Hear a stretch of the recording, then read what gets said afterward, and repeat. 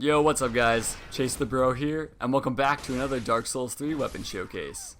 Today we're going to be examining the Ledos Greathammer, which, in my opinion, is honestly the best strength weapon in all of Dark Souls 3 currently. When running this weapon with a 66 strength build, which I recommend because it is ideal to get the highest damage output for this weapon, you have an overall AR of 681, and that's all physical damage. And then once you actually use the weapon art to buff it up, it jumps all the way to 732 AR. Which is crazy, because all you need to do is land a light attack, and then you're guaranteed your second one, which means you're guaranteed to do almost 1,000 damage to each opponent you face. Even if they have the highest absorption, you're still going to almost hit that 1,000 mark with 2 light attacks. I'd also like to mention that it was buffed from the most recent patch, so had you used this weapon prior to this patch, I suggest you go back and try it out now because it does have a higher AR. And not only that, but the weapon art stuns your opponent much longer than it used to. If you just land the L2, which is the 2 swings that come out directly after you pull the left trigger, like so, when your opponent gets hit by that, they're stunned long enough for you to do a light attack afterwards, which is crazy. You have the damage potential to do like 1,400 damage from that one attack. Combine that with the fact that this thing has the most insane poise. Once you start the light attack, nothing is going to stop you. You're going to power right through, so I encourage you to trade constantly with this weapon. And just as a tip for those of you who have never used Ledos Greathammer, I suggest always opening with the weapon art. It has amazing poise so you can trade with your opponent, and if you happen to land both attacks of the spin, it does over 800 damage, which is pretty crazy for a weapon art. And on top of that, it buffs your weapons, so there's no reason to not fight with it unbuffed. Ledos Greathammer also has another hidden ability. If you charge the R2 all the way while it's buffed, when you slam down the hammer for the heavy attack, all the rocks are going to come flying off it in every direction, and most times they're going to land and hit your opponent, and it stuns them long enough for you to connect an attack if you happen to be close to them during it. If not, it's just nice to do some extra damage. Now, you guys know that I'm a dex lover. I love all the dexterity weapons, but all the bonuses to strength weapons lately have made me realize that strength tier weapons are kind of in the lead right now when it comes to PvP.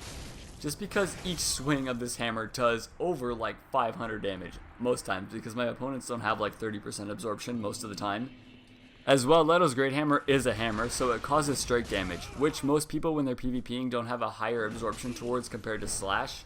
Even me personally, when I'm looking at my armor, I always try to have higher slash absorption because you come across swords in PvP more often than hammers or clubs.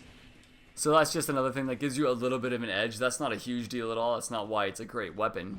It's a great weapon because each swing of this thing causes over 400 to 500 damage, which is insane. It literally, I can't even tell you how insane that is, especially when the average person fighting in the battle arenas has 1200 health, because we are NM'd, so on average, no matter what opponent you're facing, you're going to take them out in 3 hits. Depending on their health, you may even take them out in 2 hits, because sometimes I do 2 light attacks that do over 1100 damage, which is insane, but the opponent should have more health. It's kind of their fault at that point, but just letting you know, it's only going to take 3 hits to take out each of your opponents, no matter what. But that's enough showcasing the actual weapon, so I'm going to bring you on over to the stats so you can see the most ideal stat layout for this weapon. That way when you're actually using it, you're going to get the same damage output that I was using in this video. Alright guys, as for the stat layout, like I said, I have 66 strength, and the reason for that is when you two-hand the weapon, it makes your strength go all the way up to 99, so any point after 66 in strength is literally wasted. You're not going to get any more AR after 66, so stop right there. You don't want any dexterity, so if you're going to make a strength-based build, you're going to want to use the warrior. He has the highest strength and the lowest dexterity when he starts. And after you've poured all your points into strength, I suggest just allocating the rest of your points between vitality, vigor, and endurance however you wish. Although I was able to hit 35 and 35 with my endurance, and I'm using the prisoner's chain because I see no reason not to use that. It gives me 15 extra levels at the cost of the tiniest amount of loss of absorption. So it's really worth it in my opinion. It saves you 15 levels, and you're able to pour all those extra points into vitality. So it gives me some good physical defense, and I'm able to wear some decent armor while using this heavy-ass weapon. That's pretty much it for the stats, so I'm going to bring you guys on over to the weaponry, and you can look at my armor and stuff. So I'm using the Ledos Greathammer plus 5, which like I said gives me 681 AR naturally. But when you activate the weapon art and it buffs itself, it jumps up to 732. And it's all physical damage, so it's only going through 1 absorption. So that's insane, literally. It's so high damaging. And you guys know I always keep a cestus in my offhand, so it slowly rebuilds my FP, because using the weapon art does cost some FP, and you just want that to slowly rebuild. So you can either use the simple one or the blessed cestus, but I personally prefer the simple. I have the thief mask, sunset armor, Shira's gloves, and night leggings. It keeps me under 70% and gives me an absorption of 22, which is pretty decent because the weight load on this character is pretty high. As for my rings, I have the life ring, the chloranthy ring +3, the ring of favor +3, and the prisoner's chain. That's pretty much it for the build, guys, so let me know what you guys think of the weapon showcase. I personally think this is the best strength weapon. Let me know if you guys think of any other ones that can contend with this weapon in the comments, and I'll let you know my opinion on them. If you enjoyed my video, then like the video. It really helps out my channel, so I'm going to thank you in advance for that.